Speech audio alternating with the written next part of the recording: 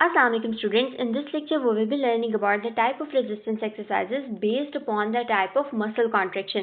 सबसे पहले अगर हम देखें तो हमारे पास आती हैं आइसोमेट्रिक एक्सरसाइजेस. आइसोमेट्रिक एक्सरसाइजेस ऐसी एक्सरसाइजेस होती हैं जिसके अंदर मसल की लेंथ के अंदर कोई एप्रिसिएबल चेंज नहीं आ रहा होता या कोई भी विजिबल मूवमेंट नहीं हो रही होती. इसके अंदर फॉर एग्जाम्पल आप मसल की बेली को पैल्पेट करते हैं ना, तो उस वक्त आपको उसके अंदर थोड़ी सी मूवमेंट फील होती है, लेकिन विजिबली आपको उसकी कोई कंट्रैक्शन फील नहीं हो रही होती और लेंथ के अंदर कोई चेंज नहीं आ रहा होता. ठीक है.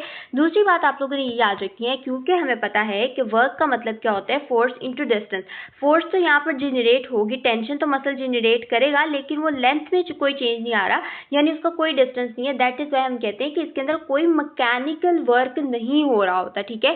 तीसरी बात इसके अंदर वो कहता है कि हमारे पास एक मेजरेबल अमाउंट ऑफ टेंशन जो है वो मसल प्रोड्यूस लाजमी कर रहा होता है. अब वो कहते हैं कि sources of resistance, for example हमारे पास इसकी बहुत कॉमन एग्जांपल आती है कि स्टैटिकली वेट को होल्ड करना for a period of time, किसी पोजीशन को होल्ड करना for a particular period of time, वो इसके अंदर आती है. फॉर एग्जांपल जैसे कि उसने कहा कि होल्डिंग अगेंस्ट अ फोर्स, जो कि मैनुअली अप्लाई की जाती है. नेक आइसोमेट्रिक्स इसकी बहुत अच्छी एग्जांपल है. हम पेशेंट के पहले नेक की लैटरल साइड पे, फिर हम लोग हेड के फॉरवर्ड में और बैकवर्ड, हर जगह जो है वो हम रेजिस्टेंस अप्लाई करते हैं और उस पेशेंट को कहते हैं कि आपने इस रेजिस्टेंस के अगेंस्ट 5 to 7 सेकंड्स के लिए होल्ड करना है. ठीक है, वो चीज़ आती है. फिर इसी तरह किसी वेट को पर्टिकुलर टाइम के लिए होल्ड करना, उसको कोई भी पोजीशन को against body weight resistance maintain करना, वो सब इसके अंदर आती है. ठीक है.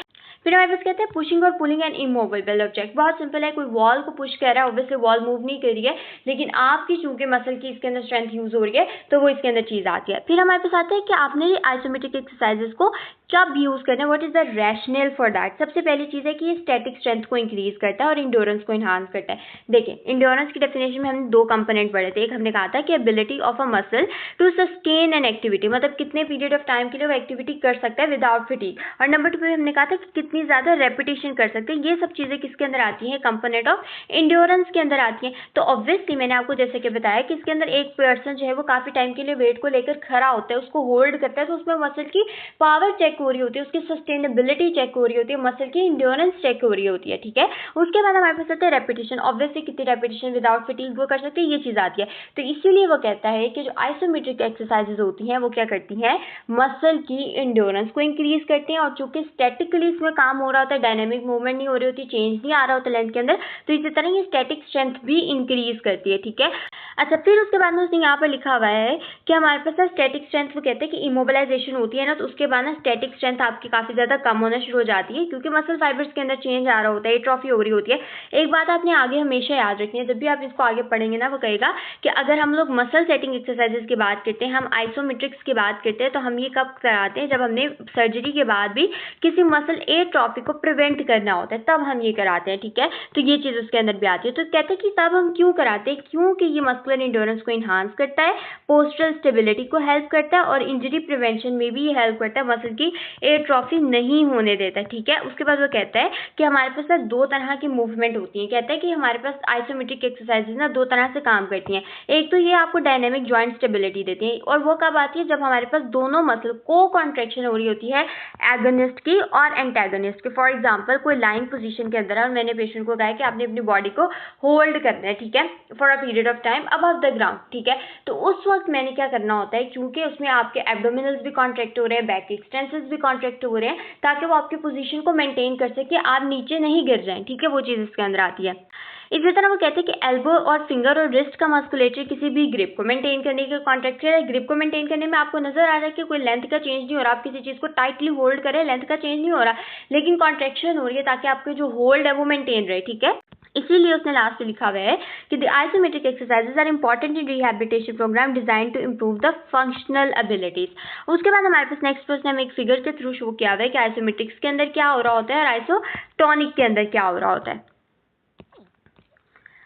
अब हमारे पास आता है कि आइसोमेट्रिक एक्सरसाइजेस हमने कब स्टार्ट करनी होती है. इसका ना एक बॉक्स आपकी बुक के अंदर बना हुआ है. कहते हैं कि अगर आपने मसल एट्रोफी को मिनिमाइज करना है तब. न्यूरोमस्कुलर कंट्रोल आइसोमेट्रिक एक्सरसाइजेस हमेशा किसी भी मसल की एक्टिवेशन को चेक करने के लिए या एक्टिवेशन करवाने के लिए इस्तेमाल होती है.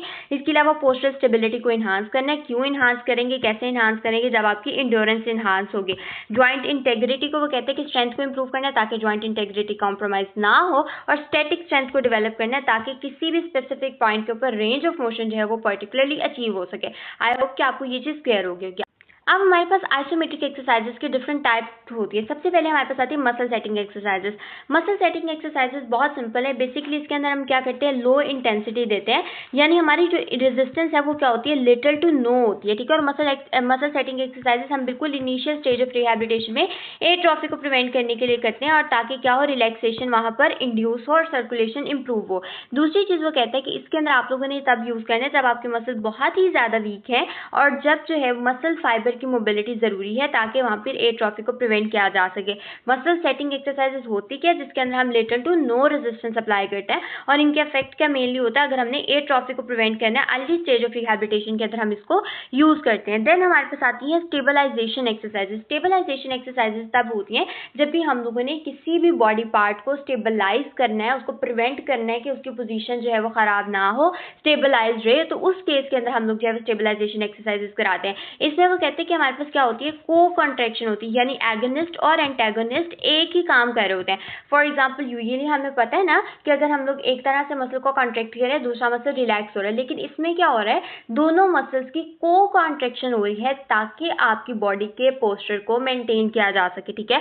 इसीलिए वो कहते हैं कि जब भी हम लोगों ने पोस्चरल और डायनेमिक जॉइंट स्टेबिलिटी को अचीव करना होता है, तब ये हेल्पफुल होता है। और वो कहते हैं कि अगर हम लोग जब ये चीज़ कर रहे होते हैं, तो मिड रेंज आइसोमेट्रिक एक्सरसाइजेस कराते हैं हम लोग एंटी ग्रेविटी या वेट बेरिंग पोजीशंस के अंदर। रेजिस्टेंस इसके अंदर बॉडी वेट और मैनुअल रेजिस्टेंस यूजुअल होती है। फॉर एग्जांपल अगर मैंने किसी को इस तरह से पोजीशन होल्ड कराई है, इसकी बहुत कॉमन एग्जांपल है प्लैंक। अगर मैंने किसी को प्लैंक होल्ड कराया है, तो उस वक्त आपके एब्डोमिनल्स भी कॉन्ट्रैक्ट कर रहे हैं, आपके बैक के एक्सटेंसेस भी वर्क कर रहे हैं, आपके ट्रंक के एक्सटेंसेस भी वर्क कर रहे हैं, आपके हिप का मस्कुलेचर भी काम कर रहा है, ताकि आपके पोस्चर को मेंटेन किया जाए। दोनों एक ही टाइम के ऊपर कॉन्ट्रैक्ट करे, ऐसा नहीं हो रहा कि एक रिलैक्स है तो दूसरा कॉन्ट्रैक्ट करे, बिल्कुल भी नहीं। फिर इसकी ना कॉमन एग्जांपल में रिदमिक स्टेबलाइजेशन आता है, और उसमें भी मोस्टली ऑल्टरनेटिंग आइसोमेट्रिक्स होती है। पहले आपने एगोनिस्ट को रेजिस्टेंस दी, फिर आपने एंटागोनिस्ट को रेजिस्टेंस दी, ठीक है। ये हमारे पास mostly exercises stabilization exercises use होती है जब हम लोगों ने ट्रंक के कंट्रोल को अचीव करना होता है। अब ना हमारे पास नेक्स्ट पे आती है मल्टी एंगल आइसोमेट्रिक्स। बहुत सिंपल है। फॉर एग्जांपल मेरे पास एक पेशेंट आता है, उसकी रेंज है 0 to 180 डिग्री, ठीक है, जॉइंट की नॉर्मल।